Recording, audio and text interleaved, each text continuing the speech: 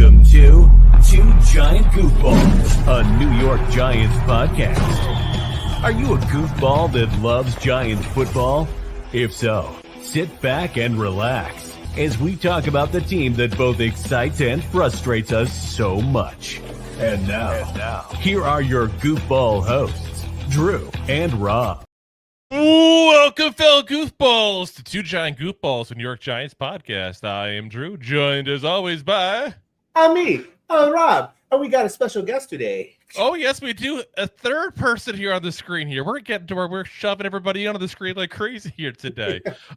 We do have with us Emory Hunt of CBS Sports and footballgameplay.com. Emory, thank you very much for coming on the show, man. No, I appreciate you guys having me on the show. It is our honor. We are just goofballs. You are an actual football writer here, so definitely much appreciation to you, man, for coming on. We're not worthy. So, main reason we ask you on, man, I want to hear your thoughts specifically on a few things here, and obviously all Giants related here. A couple of questions that I've been kind of pondering in my own brain here. I know Rob and I have talked about this stuff off air as well here. So, first question we got for you. Nice, simple one here. What's your favorite move the Giants did this offseason? Honestly, I thought bringing in Russell Wilson and Jameis Winston, I say that as one, was a good move because what that does is raise the floor of the football team, and it will enhance what they do at receiver because they actually have good personnel at wide receiver, but you just wouldn't know it because they never had the consistency at quarterback to showcase that. So getting those guys in there, and also took the need away from having to draft a quarterback at pick number 3. Although I listen, if they didn't go that way, Shedeur Sanders would have been perfect for them because he's ready to go. Another one of those floor raisers type guys. But having 2 veterans that kind of allow you to take a project at quarterback and Dart, which is kind of an ideal situation for the Giants because you can still win games while developing a guy behind the scenes. Because what the worst case scenario would be to throw Dart out there and it looks like Matt Corral, how he looked coming out of Ole Miss's offense. So in order to break that tendency, you don't put him out there, you get him acclimated to your system, your scheme, and you're winning games with Russell Wilson and or Jameis Winston with a solid roster. So I thought that was probably the best move. And then they followed up by having a very good draft as a result. Yeah. It's funny. We said the other day in the show that I think you could safely say there's 3 quarterbacks in this roster now that we all would have preferred over any of the quarterbacks who were on the roster last year. Mm-hmm. That's a really scary thought. It shows you how bad the last couple of years have been at quarterback. Another question for you. What's the biggest missed opportunity you would say the Giants had this past offseason? I don't really see any, to be honest, because I thought they handled the draft really well and also the undrafted free agents. So for me, they signed, most important position. They got 2 good, solid guys at quarterback that can start and help you win games. They got better on defense with the draft. And on offense, you added another back in the backfield to go along with what you had in Tracy. Guys getting back healthy at receiver and tight end. The offensive line will look a lot better because you have guys that can get rid of the football. Yes, Russell Wilson does take some sacks, but you can say he's a much better quarterback than what they had on a roster last year. And we know Jameis Winston, if he has to start, he is someone that's going to push the ball vertically down the field to where now you just can't crowd the box and stop the run. That's going to open up the run game, and that should give him some advantageous look as a play-action passer. And we know he can throw the ball deep. And it also now brings into play your Jalen Hyatts, your Darius Slaytons, those guys that we hadn't really seen enough of with the previous quarterbacks. We saw a little bit of it with Tyrod Taylor. As soon as he got in the game, he was going deep down the field. And you saw last year, even with a Drew Lock, the fearlessness of not being afraid to throw the football deep opens things up for the running backs, Tracy, and have those guys have success. So I just thought they've done a lot of things really well. And there was no one thing that I saw. It's like, man, that was tough. Even getting Paulson Adebo, it's a good sign if he's healthy. But if not, they have guys that can go in there and kind of play corner as well. Yeah. My only thought looking at the roster was I wish we had a legit swing tackle. I know we brought some guys in that are, tackle experience, but not necessarily great experience, I felt like. And I would have liked a little bit more depth at wide receiver. But like you mentioned, some of the deep third options we have really haven't had a chance to be used because of the quarterback issues. Jalen Hyatt, I think it's going to be a very interesting case to see this year, especially with the issues with deep ball throwing for Daniel Jones the last couple of years compared to Russell Wilson, who's been literally one of the best, if not the best, deep ball throwers in the NFL for much of his career. You know, that should be a nice change of pace to see what we truly have in him for once. It also unlocks what people don't understand the Giants have in Wandale Robinson. He is not the type of receiver that's supposed to catch 85, hitches a game. He's the guy that you want to put on the move, put him in the backfield, do creative things with him because you want the ball in his hands. Now, because you have a quarterback that's going to force, coverage and force the ball to the vertical threats, it opens back up what Wandale Robinson, what made him special at Nebraska and what made him special as a prospect coming out of college. Yeah, Amen. And you are speaking music to our ears right now. We have been preaching the choir of Wandale Robinson for years now. Banging that drum. I mean, literally, the man had a depth of target of 3.8 yards. We said it was, Rob. I don't have the stat in front of me. 3.8, less than 3.4, maybe. Second lowest in the entire NFL. Like, how much yak yards can you expect the man to get? I mean, literally over 90 catches and just shy of 700 yards. That's insanity. Right, because you saw him at Nebraska as the running back. Then he goes to Kentucky as the receiver. And so you're still kind of seeing a little bit of what they can do with him.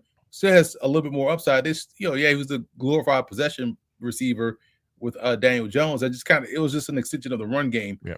But for now, with these quarterbacks that can get the ball to the receivers downfield, now Dayball can get creative. Because we saw some of this at OTAs last year and some of the mini camp practices before training camp started. It was moving Wandale Robinson around the formation. They had him in the backfield. They had him playing a little bit more tailback and then doing some creative things on end rounds and jet sweeps. But during the training camp portion and regular season portion, that went away. I expect that to be back in the fold come this spring and this summer as well. Yeah, and I kind of feel like Wandale was kind of like, because the lack of another option per se, kind of like the security blanket tight end, even though he's playing a slot receiver, because obviously Theo Johnson being a rookie last year, and we knew he needed some time to develop still. I'm still excited to see the outcome of him, but he's still a developmental in progress kind of player.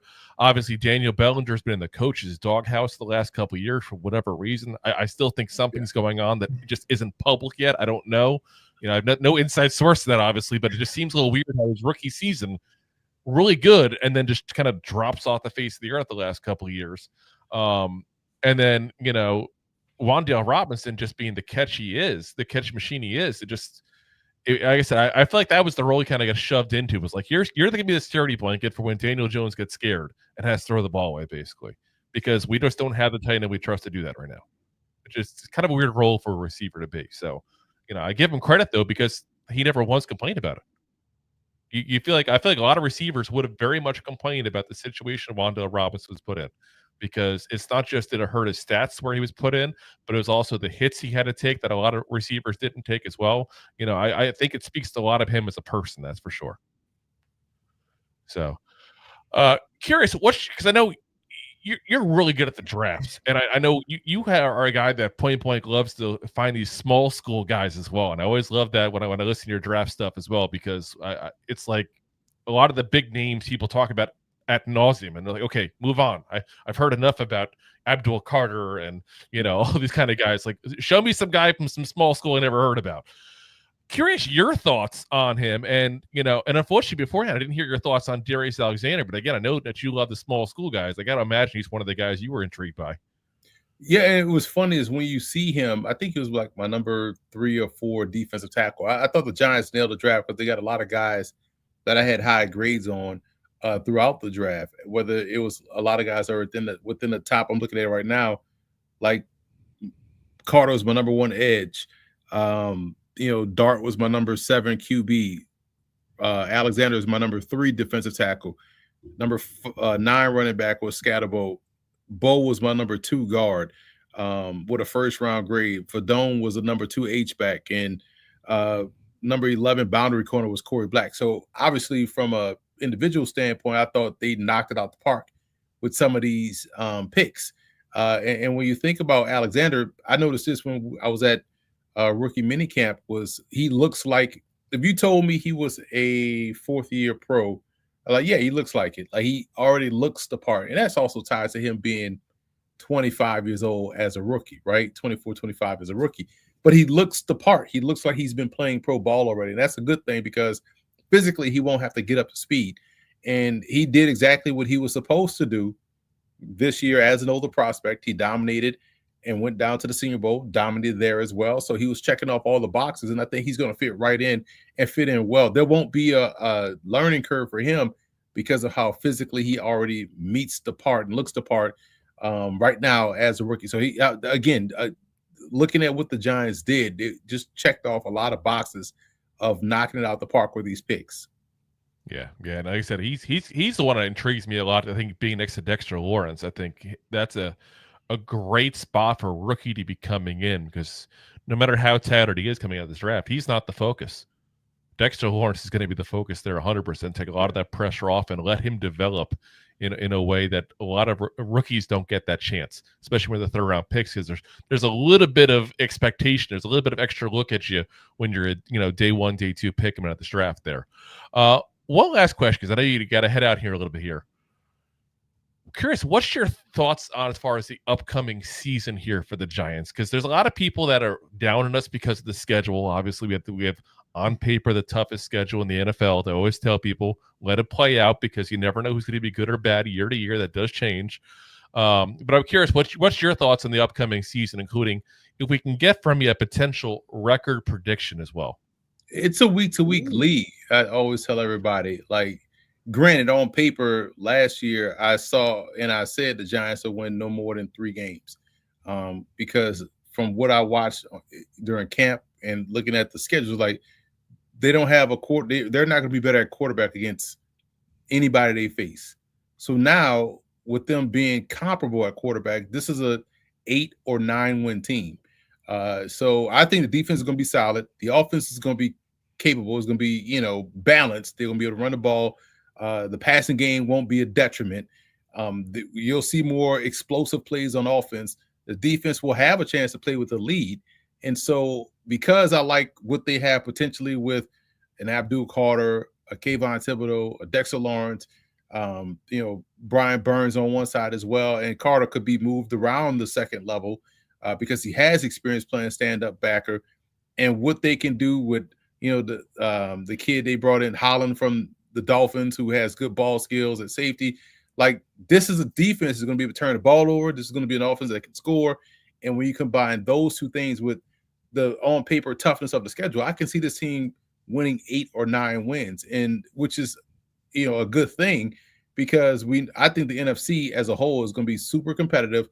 The Giants will be in play for that 7th wild card spot, that 7th seed in the playoffs, because of how good everyone else is. It'll be more, the season probably have to look a little bit more like 2022 on Daboll's first year. Some breaks have to go their way because the Eagles are really strong. Washington is very strong. The entire NFC North is going to be extremely difficult. The South may have 2 teams like the Panthers and Falcons. And then the West, you kind of look at San Francisco's kind of going to always be in the mix. And the wild cards in terms of Seattle and Arizona looks really good on paper too. So it's not going to be a clear runaway where, that 7th seed is going to have 11 wins or something like that. I think this is a season where the top seed in the NFC may have 11 wins, and now you have a cluster of teams with 9 and 10 wins, 8, 9, 10 wins, fighting for the rest of the spots. So I can see the Giants in that mix for sure, because again, they elevated quarterback and it looks so much better as a collective on both sides of the ball. Yeah. That's where Rob and I both had us the same type of record as well. I think you had 8, Rob, right? And I had 9. I think I had 9. I think we're pretty much right there with our Emory head. So that's good. Great minds do think alike, I guess. So, we got to be careful to talk about Washington, though. I'll give you a little heads up, Emory. Our listeners, we get a lot of Eagles fans that listen. They're still very upset at me because I said that Jaden Daniels is the best quarterback in the NFC East. They got very upset about that because apparently, because the Eagles beat the Commanders, that automatically means that Jalen Hurts is better. They're ignoring the rest of the team. It's a one-on-one battle in their mind, apparently. So, all right, though. But again, I know you had to head out there. Emory, thank you very much for coming on. Much appreciation to you. Before you go, do me a favor. Let all the listeners, watchers, and all know where they can find all of your writing and all your stuff there. Well, you can follow me on Twitter at Football Gameplan, and they can still order the Football Gameplan draft guide, the largest draft guide that we've put out, and the largest draft guide that's put out every year. This year we have over 1,200 individual scouting reports, even some 50-plus CFL draft prospects. We know the Giants always have a few guys, which they did during their rookie minicamp. Jeremiah Ojo out of University of Montreal was in camp. He was somebody that we kind of saw all throughout the All-Star game circuit. But those are the scouting reports that you're going to get. And if you are a loyal purchaser of my draft guide since 2020, when we put the first one out, right now you probably have over 5,400 individual scouting reports. You'd have a pretty good, solid book on the entire league and also the CFL, UFL, and the European League football. So you can go pick that up at footballgameplan.com/2025 draft guide. And so that's where you can find that one and other ones as well. Again, individual scouting reports. So we have over 1,200 in there. That means there's over 1,200 pages. So it's a large PDF file and it's good for the preseason and during the season. So when a Giant signs somebody and you're like, man, who the hell is this dude we just signed? I'm pretty sure I got a scout report on them in the draft guide. So you have a pretty good gauge on who the Giants have, who the Eagles have, who all these other teams have. Helps you better understand the talent that's around the league and kind of help you and if you're using it smartly, helps you kind of get a good gauge on how many wins a team may win or lose based on the talent that's on the roster. So it's always good to have. And if you're a spring football fan like I am, catch me this weekend on the European League of Football broadcast. I have 2 games. I have the Saturday at 11 a.m. Eastern time. I have the Cologne Centurions versus Raiders T-Roll. And then on Sunday morning, very early, 7 a.m. Eastern time, I have the Nordic Storm, which is a new expansion team, and the Paris Musketeers. And Paris is coached by none other than Jack Del Rio. So very good, exciting football games. I love calling the European League of Football. This is the 5th year that they are in existence. So be sure to check that out on the Zone, DAZN.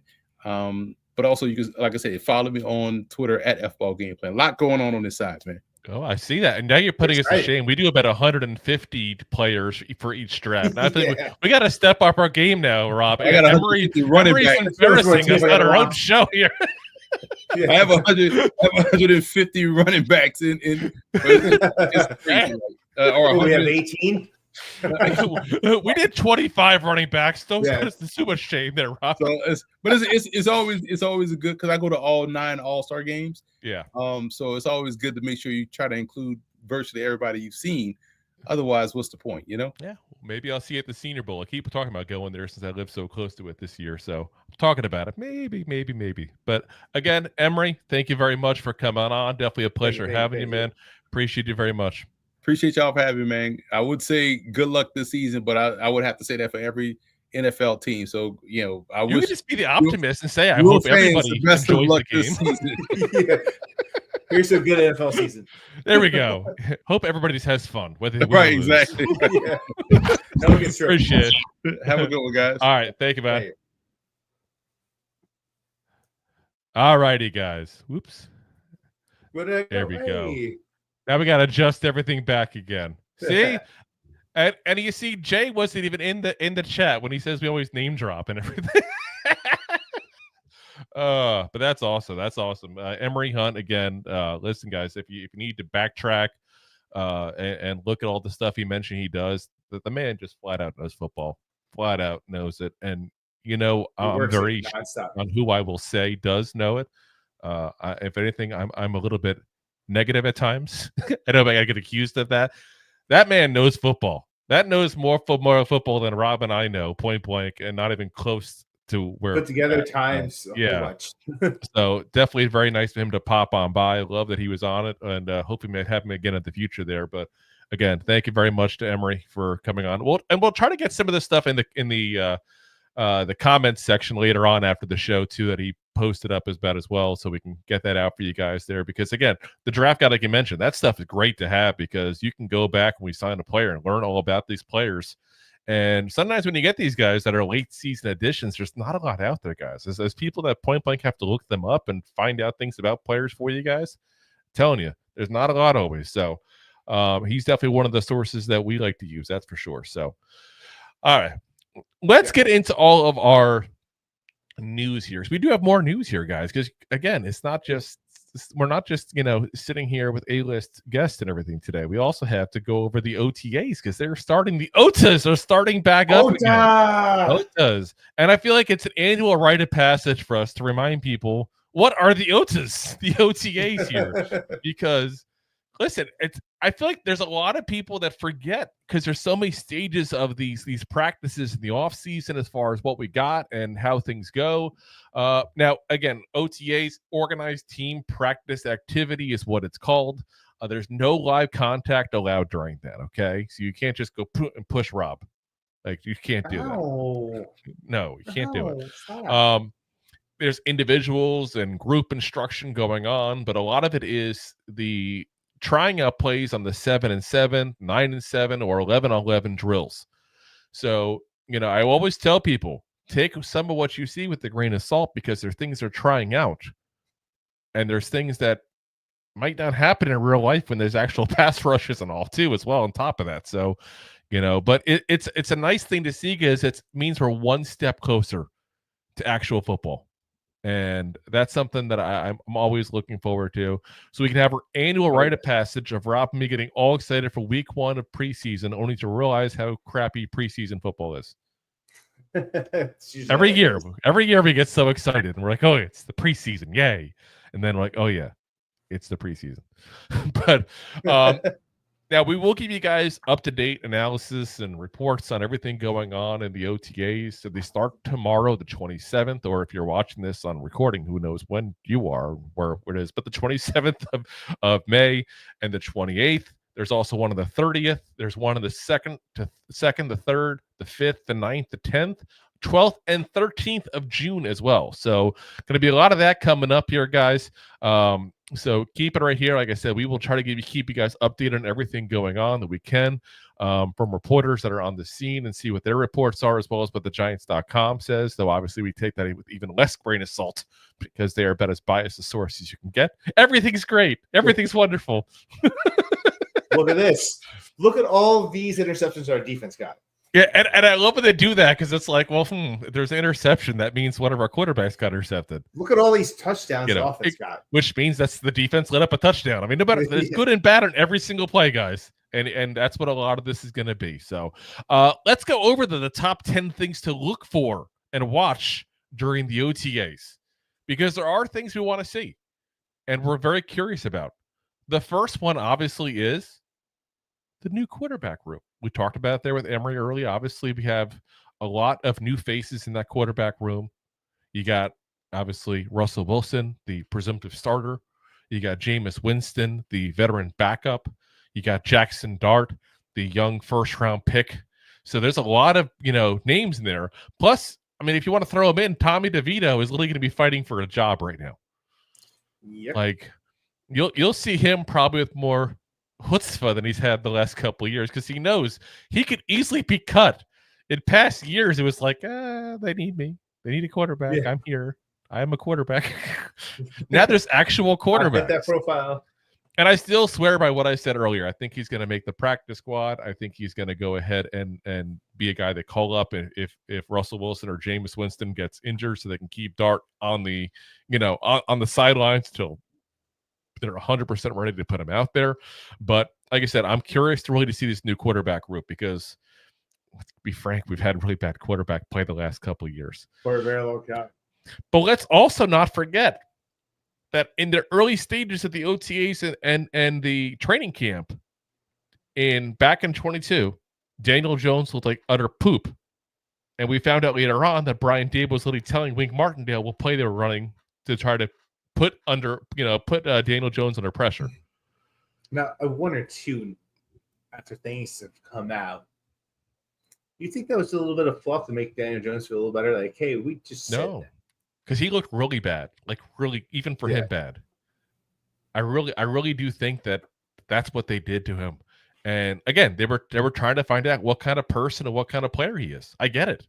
I really do. I'm not saying it's wrong. It just sucked for Daniel Jones because he got put through the ringer by every media outlet that was there. Yeah. But he survived. As long as he knows how to love, I know he'll be alive. He's a survivor. He's not going to be loved. Number 2. Where does Abdul Carter line up? That's one thing I am really intrigued to see with him. Like, are they going to put him on the edge? Are they going to put him even, dare I say, at a defensive end position, off-ball linebacker? You know, there's a lot of spots he could play. And that could be a good or a bad thing if he's moving around a lot, because sometimes you stunt people's growth by moving them around, not let them get to one specific spot. But again, I know everybody likes to call him like the baby Micah Parsons now because both played at Penn State, wore number 11. Both were linebackers that also rushed the passer. There's a lot of similarities, obviously, between the guys. But, you know, just because that's all true doesn't mean that they can go ahead and play multiple positions like Micah Parsons did. Not to toot the horn of a cowboy here, but I kind of have to a certain degree. What he did is an unreasonable expectation. Point blank. Yeah. Unreasonable. But I do think that Abdul Carter can make a difference that first year, his rookie year. I think he'll be somebody that you'll see make some plays and make some differences in a few games here potentially. But like I said, I'm just curious to see what they do with him exactly, because this is a bit of a quandary when you have 3 really good edge rushers. And when you have one that's got experience playing the linebacker position, the off-ball linebacker, yeah, he might move around and maybe spell Brian Burns or Kayvon Thibodeau. Maybe he plays the linebacker. Like I said, maybe on obvious passing downs, you move one of the 3 of them up to a defensive end. There's plenty of options at that point there. So, you know, I don't think we'll get the full picture as far as how they plan on using him. I honestly don't think we'll probably know that to the start of the season, to be very frank with you guys, because they'll probably kind of keep it a little hush-hush as best they can. But it is something that we will get a little bit of a potential preview of there starting in these OTAs. Also curious, how does the line look? Now, again, no contact. I want to be very clear on that. We will not know if it's a good offensive line off of the OTAs, but I want to know, like, who's coming back? How do they look in motion? Like Andrew Thomas, how healthy is that foot now? How close is he back to what he was? You know, how good does JMS look in a very key year? Because, you know, Schmitz is the option here to might be the last straw here that he doesn't has another bad year. You know, I want to see Evan Neal at guard and how that works out, because I actually have some kind of high hopes for him, as much as I hate to say it. High hopes and Evan Neal is usually a recipe for disaster, but I actually do have some high hopes. I think he's going to play decent at guard. It's scary to say. So too. I don't think, listen, as much as he still ticks me off what he said about fans, I don't think the Giants got enough slack for what they did to him with the injury.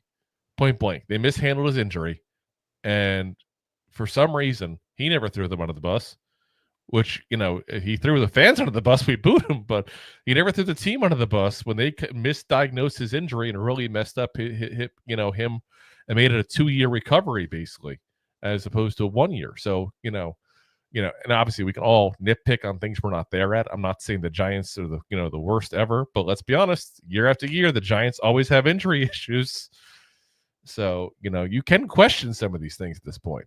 But again, I'm curious to see how that kind of stuff, you know, pans out for him. Paul Sidibe, we had obviously, Emory mentioned him earlier there.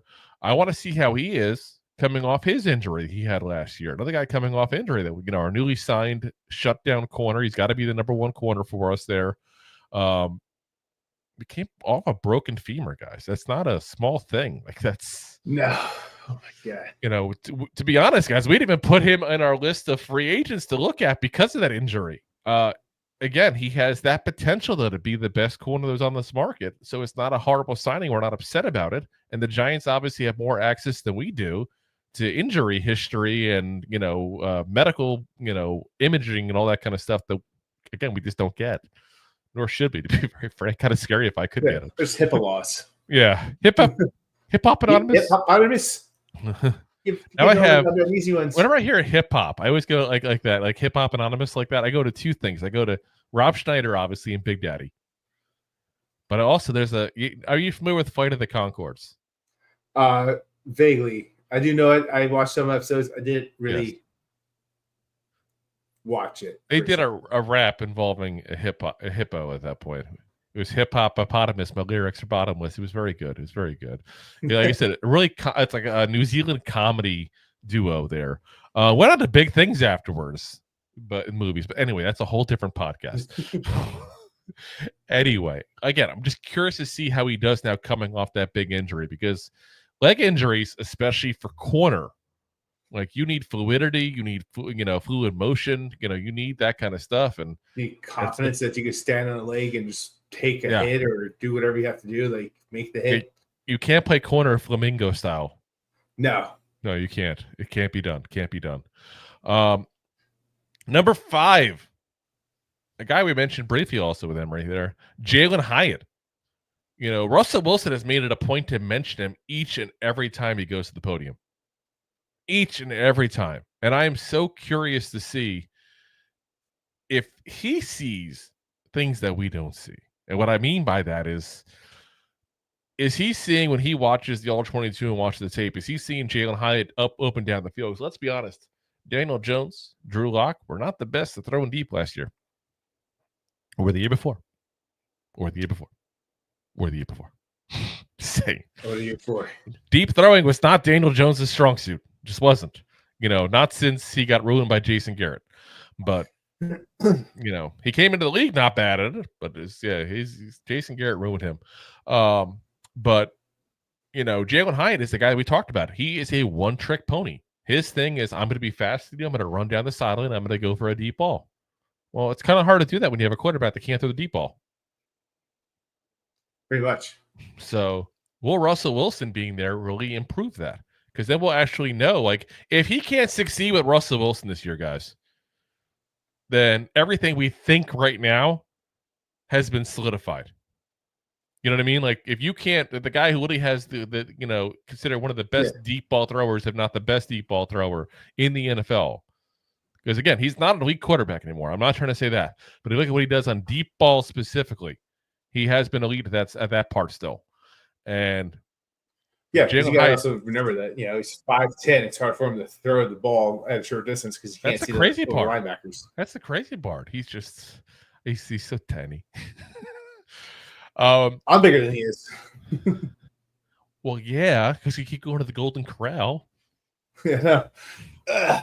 Beefing up. Beefcake. Number 6, the rookie class as a whole. We got to see them obviously at the rookie mini camp, and you see the Giants putting out social media footage like crazy and stuff like that. Well, yeah, it's all fine and dandy when you have your third round pick steamrolling a guy who probably will never make it into the NFL. I want to see how they do against actual NFL talent. That's a much better judge for the most part. All rookie minicamp tells you is how good they are compared to people that didn't get drafted, basically. And there should be a difference. That's why one got drafted, one didn't. So, like I said, I'm definitely curious to see the rookies as a whole there. Number 7 is one rookie in particular, because I think there's a running back 2 battle that's going to happen. And again, this is just me. The Giants have never said anything about this. I haven't even seen the Giants writers saying about this. But considering how quickly the fall for grace came last year from motor Devin Singletary, the second Tyrone Tracy Jr. started balling out there, you got to wonder, will Cam Scatterbo even go ahead and take the running back 2 position? So I'm curious to see how they're used as backups. How much they spell Tyrone Tracy. Again, this might be something we don't see in the OTAs per se. But I'm curious to see how these guys are used to roll out. That's something to keep an eye on throughout the season there. I think Scatterbo point blank could take it. Maybe I'm bullish on him. I am a little bullish on him. Listen, as a guy that has Singletary on and off for the past few years with Scatterbo, but has had. By the way, I didn't even know this. I didn't even know this until recently, but I was listening today to Fireside Giants.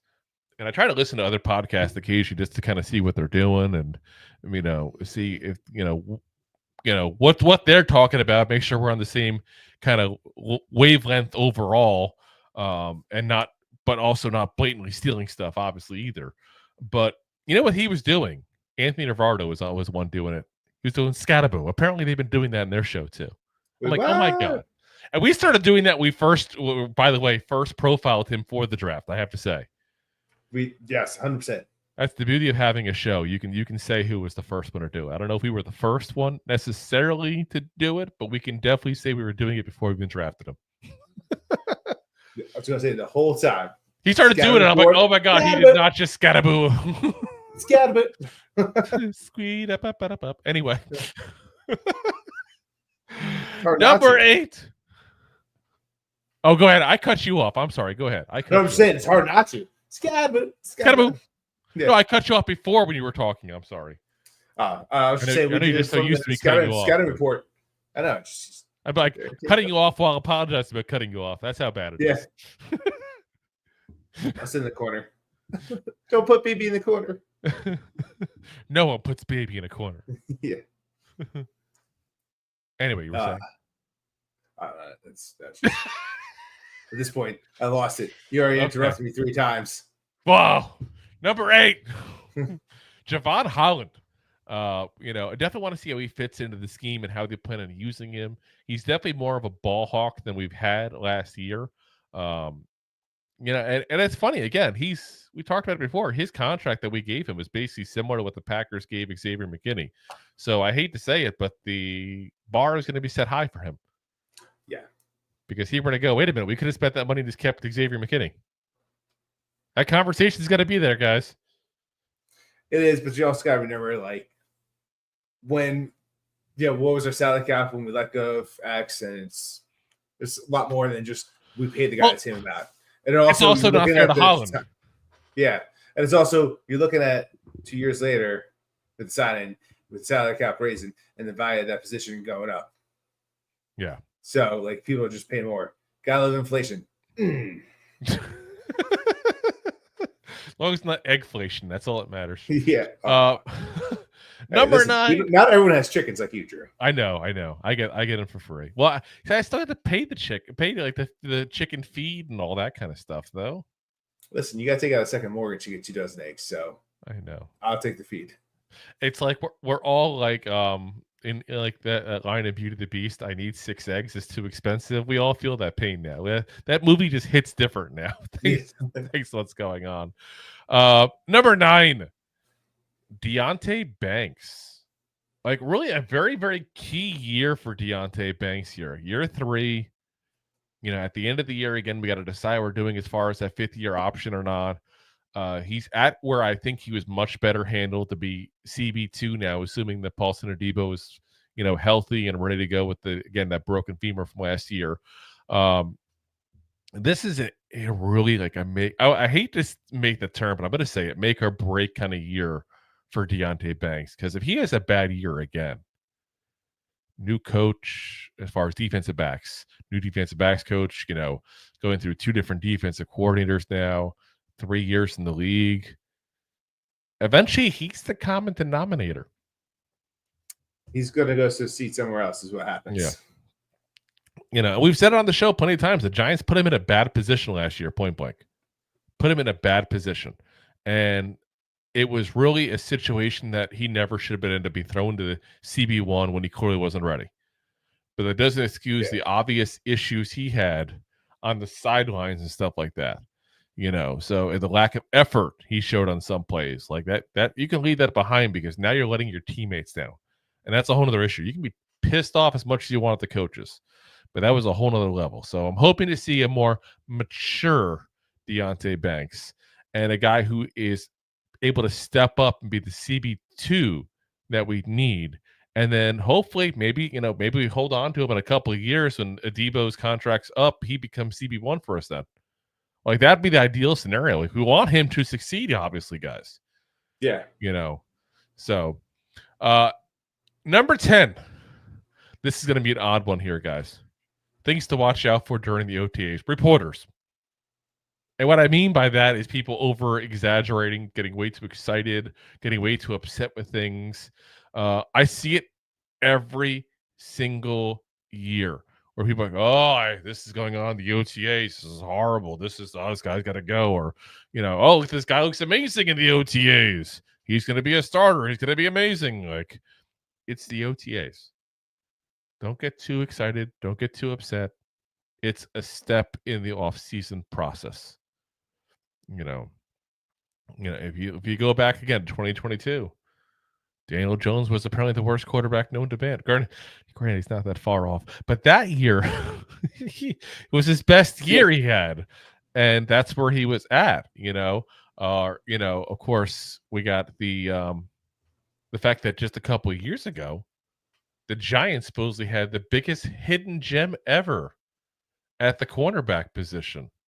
Like that. Remember that one there with Trey Hawkins III, who is apparently going to be the second coming of Deion Sanders.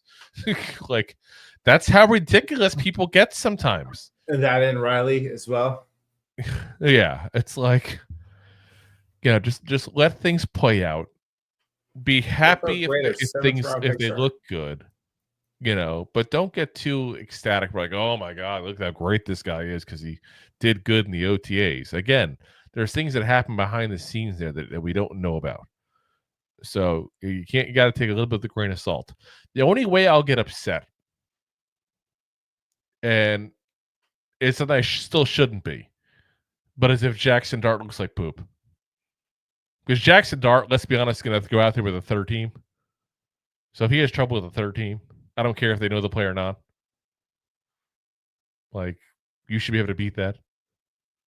Yeah. So, if you can't crush the third teams, I don't want you on a team with the first team. Yeah, like that'd be the one thing that would concern me. That's for sure. As we got Mac, the Giants fan here, the Trey Hawkins hype was crazy. Yes, it was, guys. Again, we always like to give love and a little hype there to other fellow content creators that pop in. Mac, the Giants fan, if you haven't already, hit the like, hit the subscribe for him as well. Go check out his stuff there. Appreciate you popping in, man. Great listen. All right. Before we get to our next topic here, because we still got 3 more things to go over, guys. You know what time it is? Pay them bills. It's that time to pay the bills. Thanks for watching. Like the show? Of course you do, or you would have turned it off by now and not be hearing me. There are plenty of ways to support the show.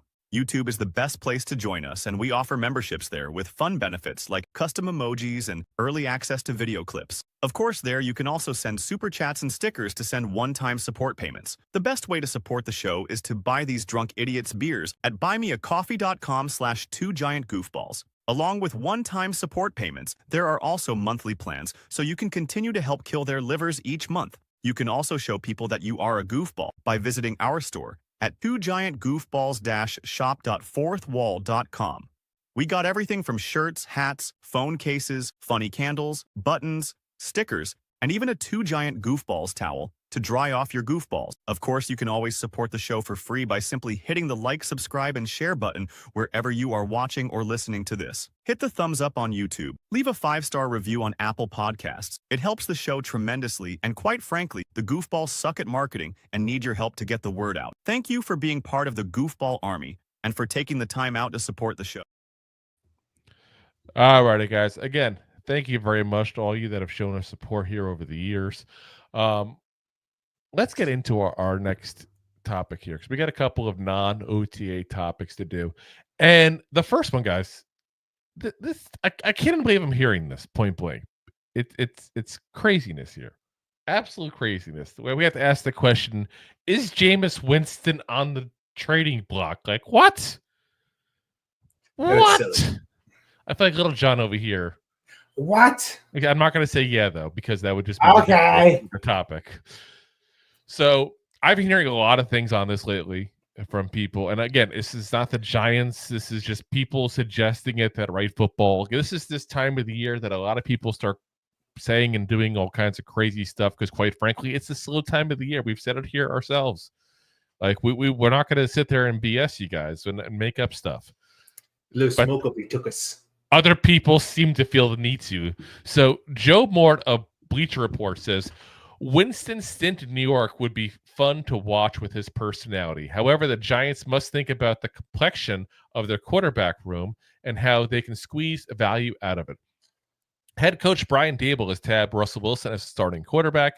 Big Blue traded back into the first round for Jackson Dart. Winston is in no man's land between the team's current and potential future starting quarterbacks.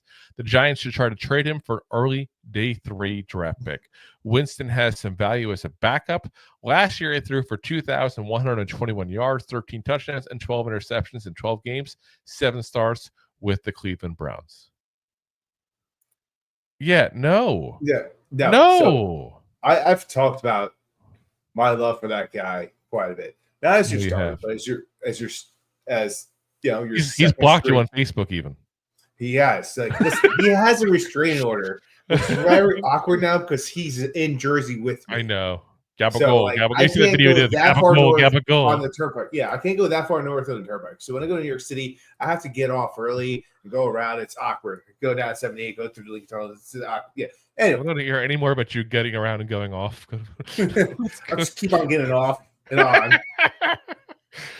But listen, just even if he doesn't even have to start, like the value you have with Russell Wilson, Jameis Winston as your number 1 and 2, with your brand new, hopefully franchise quarterback at number 3, has so much value that this is your starting quarterback, and Russell Wilson, who was drafted way late, went to the Super Bowl twice, has done multiple great things, has been deep ball, very successful in his career. And then you have the number 1 overall, who has been the elite backup quarterback in this league. Yep. And you could learn a lot from both those guys and how to like balance yourself in between that and do what you have to do. Because like Russell Wilson inflated his head a little bit, hearsay. And like, he had to come back to reality and like help himself. Like, that's a story. That's something you need to tell a young quarterback. And same thing like with Jameis Winston, like, hey, like I was number 1 overall. Like, this is like the story. I thought I was gonna have it all, but this is what you gotta do. Like, maybe I didn't work as hard as I should have.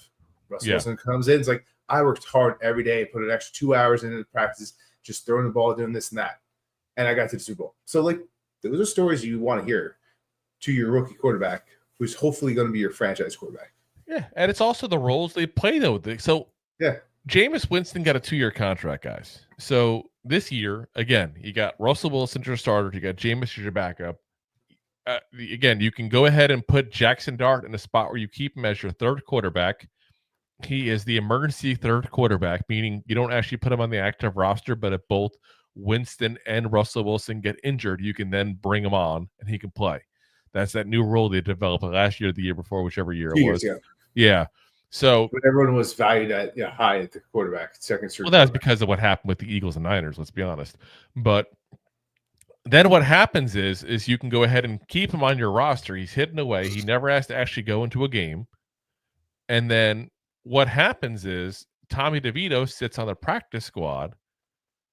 And then if there's an injury, Jameis Winston's your starter, Tommy DeVito's your backup, and Jackson Dart is still in his proper spot as being a 3rd quarterback that you don't actually have to put in the field ever, basically.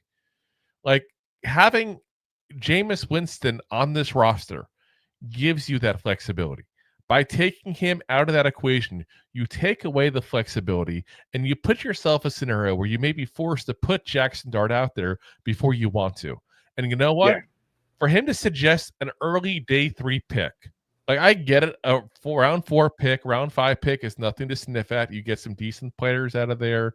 Look at some of the guys that we've gotten the last couple of years, the Darius Slayton, the Tyrone Tracy's, exactly. Like, it's there's a lot of bad names in that mix too in those first spots too. There is. So, I mean, you're playing roulette when you go down there, but what I'm getting at is it worth potentially having to rush your rookie quarterback in?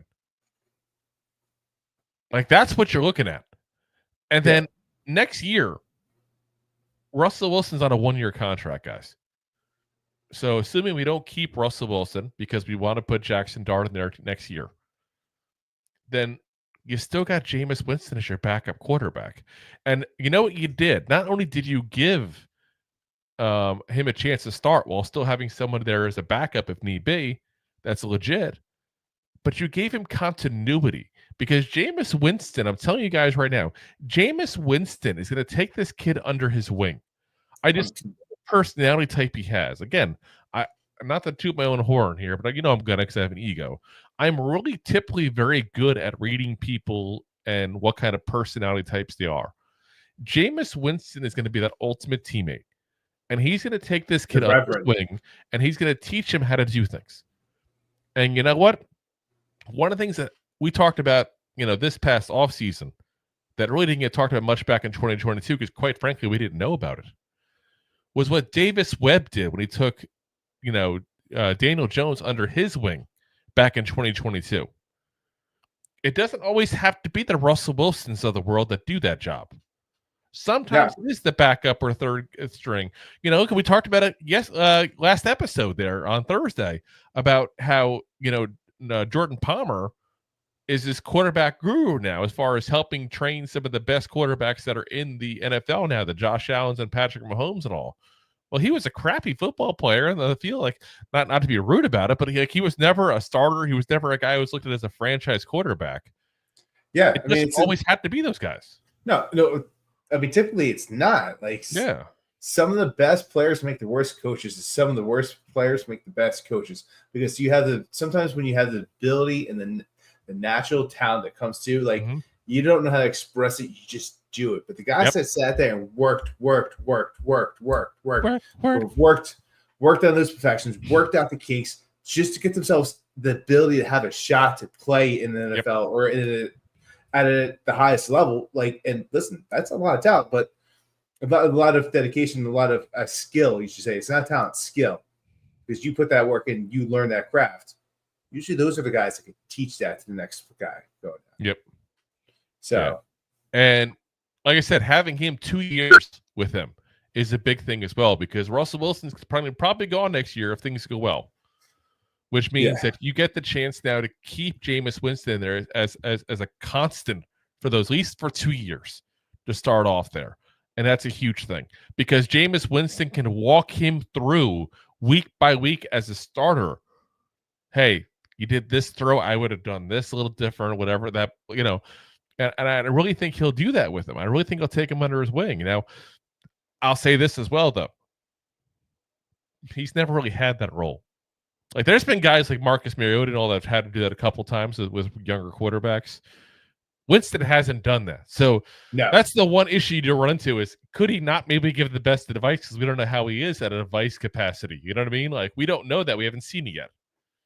That's a possibility. Not to play devil's advocate. Just through his interviews and just to see how he is as a person and talking around, listen, he's a fun guy to be around.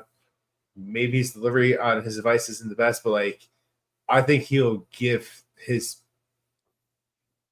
best thought on the situation. Oh, no. Yeah. And sometimes it's not the best, but sometimes hearing not the best advice is the best advice you could hear. Because then you go, because listen, how many times have you heard someone say oh, you should definitely do this? And you went, that's definitely not the I need to do this. Sometimes it works. I know. I get it. I do. So, like I said, we'll see. I think he'll be a good, solid role model kind of guy. And Jackson Dart even said in the pre-draft process, if he could pick anybody to be his teammate, he said Jameis Winston. That's exactly who he said. So, and you got to wonder if the Giants heard that, because they had already, zeroed him months prior to the draft, apparently, from everything you read now. Did that maybe solidify them getting Jameis Winston? Remember, they brought him in, and it wasn't an immediate signing. It took a little while afterwards. So it makes you wonder if that was part of that process. That's for sure. So things that make you go, All right. So apparently the Giants have the most underrated wide receiver in the entire NFL. That's according to ESPN Aaron Schatz, who said, did a whole article on most underrated players in the NFL. His criteria, real quick, I'll give you that, so you know what he meant by underrated. He said, it could be that a player is misconstrued as good when they're actually great. It could mean a player is considered average by fans, but he's actually above average on the field. It can even point to a player being accepted acceptably productive despite criticized for being subpar. So here's what he said about Darius Slayton. He said, Slayton wasn't supposed to be anything special as a 5th-round pick in 2019, but he started 9 games and caught 8 touchdown passes in his rookie season. Sure, he hasn't come anywhere close to that end zone production since then, but the Giants have played Slayton alongside Malik Neighbors last season and need at least 2 starting wide receivers to survive in the modern NFL. Slayton caught 39 passes for 573 yards, which was convincing enough for the Giants to bring him back on a 3-year, $36 million contract. Advanced metrics support the move since Slayton has a positive receiving DVOA, which is defensive adjusted value over average, for 3 straight seasons. And it's not he has done that while working with any of the NFL's best quarterbacks. With Russell Wilson, Jameis Winston, and Jackson Dart under center in 2025, Slayton should continue to work as a deep threat opposite Neighbors. He'll probably put up another quietly productive and surprisingly efficient season. Thank you. Because this is what we've been saying on the show for how many years? Slayton. 3rd season, the 3 seasons covered. 3 years. Yeah. Like we've said point blank, he's probably one of the most underrated Giants of all time. Like, it is the truth. Like, people act like this kid's just like part of the depth. Like, including the coaches, by the way, at times. I hate to say it, but I mean, we started. That's 100% what happened. Like, he was on the top block since the get-go, and then he finally got a multi-year extension. So good for him. Yeah. Yeah. And I really think that it's solidifies that they have come to respect what he does. And again, we said about Jalen Hyatt earlier, about Jalen Hyatt being a deep threat, and having him now with Russell Wilson is a nice thing for him because he has a guy who can throw deep now and excels with throwing deep. Well, guess what?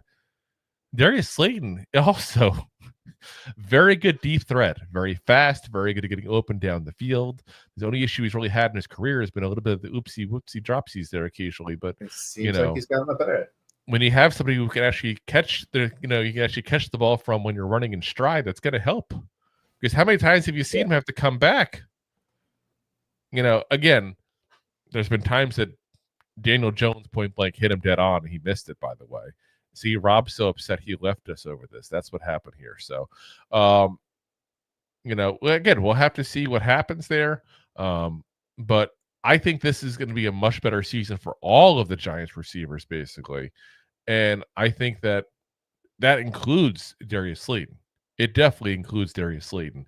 And I'm very curious to see what's going to happen here with 2025 here for Darius Slayton, who, quite frankly, if he is the CB2, and outpaces Wandale Robinson as being that second target, which is possible with Russell Wilson throwing the ball and how much he loves throwing it deep, he could have a really good year. Like, he could have potentially his best year. And I think what'll end up happening is he'll be that guy that you look at the end of the game and go, okay, he had 4 catches for 87 yards. Like, that kind of, like, he's going to have that kind of output because we know that Russell Wilson loves to throw deep. And we know that Darius Slayton can run it deep. It's a good match. That's a good match right there. So, all right, we got one more story here for you guys real quick here. And this is the one that really picked up some steam today. And apparently Jackson Dart couldn't buy number 2. And that's a little crazy there because he was interviewed and asked about whether or not he tried to get number 2. And he said, yeah, couldn't buy it. It was too much money. And now the interesting is we talked earlier about the guy who has it now.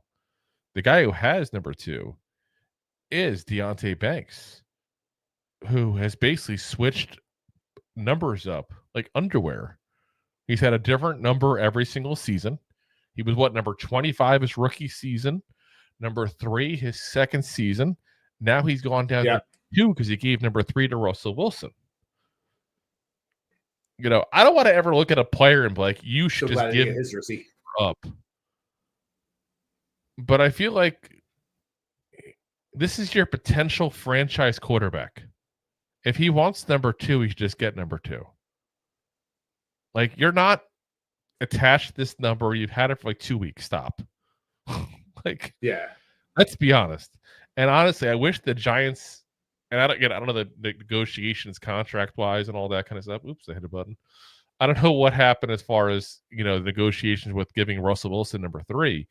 But if the Giants thought they were going to get Jackson Dart, which seems to be the case here, I wish they would have held on number 2 for him. There's a little bit of blame on the Giants. There's a little bit of blame on Banks. But there's also potentially a little bit of blame on Dart because who knows what they offered. I don't know what was offered. Like, for all I know, Banks was like, yeah, make a $10,000 donation to a charity. Like, I don't know what, and again, I'm not saying he did offer that. We don't know the numbers. But I bet you all, but I know some really cheap MFers. Like, Jackson Dart might just be a cheap MFer. Trying to put it nicely here.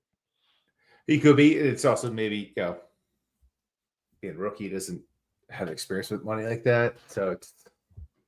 I'm just saying, I feel like that's where it's at, where I'm like, I don't even know if I can blame anybody in this, but I really wish, because it would have given me a lot of more positivity. Not that Deontay Banks cares what I personally think about him, but it would have given a lot more positivity to me on Banks specifically if he had said, you know what, we drafted this kid, he's going to be our quarterback, he's part of the future of this franchise. I want to be part of this future of the franchise as well. I want to go ahead and start this off right. Here's your number. Take it. I've had it for 2 weeks. Yeah. Like, that would have been like a moment, I think, for a lot of us Giant fans. We would have been like, you know what? That was a nice, classy move by Banks. It would have bought a lot of goodwill. Coming off a really bad year that a lot of people are like, when it comes to Deontay Banks right now. I was going to say, after not. Yeah. Yeah. So when everyone's down on you and you're questioning, like, should we keep you for long term? You should get all the charity work you should get. Yeah, and like I said, I don't. To the best of my knowledge, I don't think I've ever seen him in a number 2. I don't remember. He had number 3 in Maryland. That's why he went out and got it last year when it was available. Let me see real quick if I can find his high school. See if I can find him at high school here. Deontay Banks. Now, I know he went to Edgewood High School. I don't care about that part. He was number 3 in high school as well. So, ironically enough, I have a very, very young picture of him wearing number 60. I'm guessing this is an like a youth football league thing. I was going to say HYL. That's what they used to call it where Rob and I grew up, because we're both Hazlitt natives here. But that's definitely way before his Edgewood days. I can't even believe this is him. I almost want to share the picture, but it could be copyright, so I don't want to do it. Just look up Deontay Banks High School. It's like the third picture that came up for me. He's in Parkside, wherever that is. But like I said, I just think that give it up. And I wonder if that's going to happen now because of the press that's going to happen. Because again, I know a lot of people are kind of running with this one today. I heard it kind of break this morning. And it kind of is picking up a little steam because, again, this is that time of the year that any little thing picks up steam because not a lot of stuff's going on. So the littlest things get blown out of proportion. And Deontay Banks, you don't want to be part of that right now. You've had enough bigger things get blown into proper proportion. So, like I said, I'm hoping that things change. Or, for all we know, Dark's just saying, you know what? I'm good with 6. And that was him being a leader for all I know. Again, I don't know, and that's part of what I like to hear more about. But from the interview, at least, it sounds like he wanted it. He was given an offer to give it up from Banks, and he turned down. That's all we know right now. So we'll have to see more as it goes, because it'll happen. More will pop out of this because for whatever reason, people are obsessed with jersey numbers. I don't know why. It's really overblown. I mean, I get it to a certain degree when you bought $100,000 chain that has your jersey number on and stuff like that, I guess, but that's what happens. Things happen, things change. So maybe just put it 1 in front of it. Number 12's got to buy one more pendant to go next to it. All righty, guys. Well, that's going to call it a night for us there. Appreciate you guys for all coming on and stopping by. Again, want to thank Emory Hunt to coming on here for us because, again, great stop with him there. Much appreciation to him for coming on. Hopefully we'll have him again in the future as things break, and maybe draft time we'll have him on next year as well because, like I said, he's a really good draft guy. He really is. Like he said, what did he say, 1,500 players he said on his draft guide. Whew, it's insanity. It's nuts. Yeah, like that's again we do 150, which to the best of my knowledge, as far as Giants content creators out there, I think we do the most as far as draft stuff. But that's insanity. Listen, we're gonna have to start like now to catch up. There's no catching up. Exactly.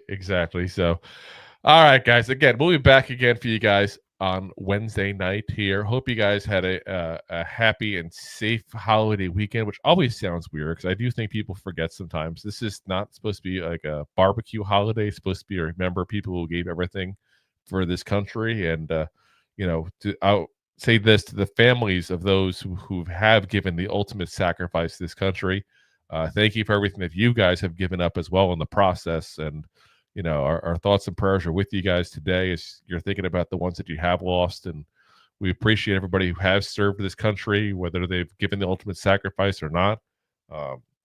It's one thing that, listen, I always say, we don't talk politics in the show. And unfortunately, that topic gets thrown into politics quite often, but it's one that shouldn't be. Support troops. No. Point blank. End of story. Done. Listen. They're the ones that let us say whatever we want, watch exactly what we want to watch. They're the ones that protect our freedoms and let us do what we have to do and let us enjoy our fun on the weekends and be goofy, if you will. Exactly. Damn straight. So, all right, guys. Again, appreciate you coming on. We'll be back again Wednesday, 9 p.m. Eastern. As always, we are live every Monday, Wednesday, Thursday, 9 p.m. Eastern Standard Time. We are live on YouTube, Facebook, Twitch, Twitter/X. And, of course, as always, Rob's favorite, my profile. And, of course, as always, we're available the next day on all the audio podcast platforms as well as Spotify, iHeartRadio, Pandora, all the big ones there. Before we go real quick there, because I saw Ronald's thing there. He said, thank you, 20 years military service. No, thank you, Ronald. Seriously. No, thank you. That's legit. That's a long time of serve, that's for sure. So much appreciation to you, man. Again, thank you guys for watching as always. And as always, Giant fans, go G-Man! Go G-Man! Thanks for listening to Two Giant Goofballs, a New York Giants podcast. We appreciate your support. Thanks so much. Please, I'm begging you. Please,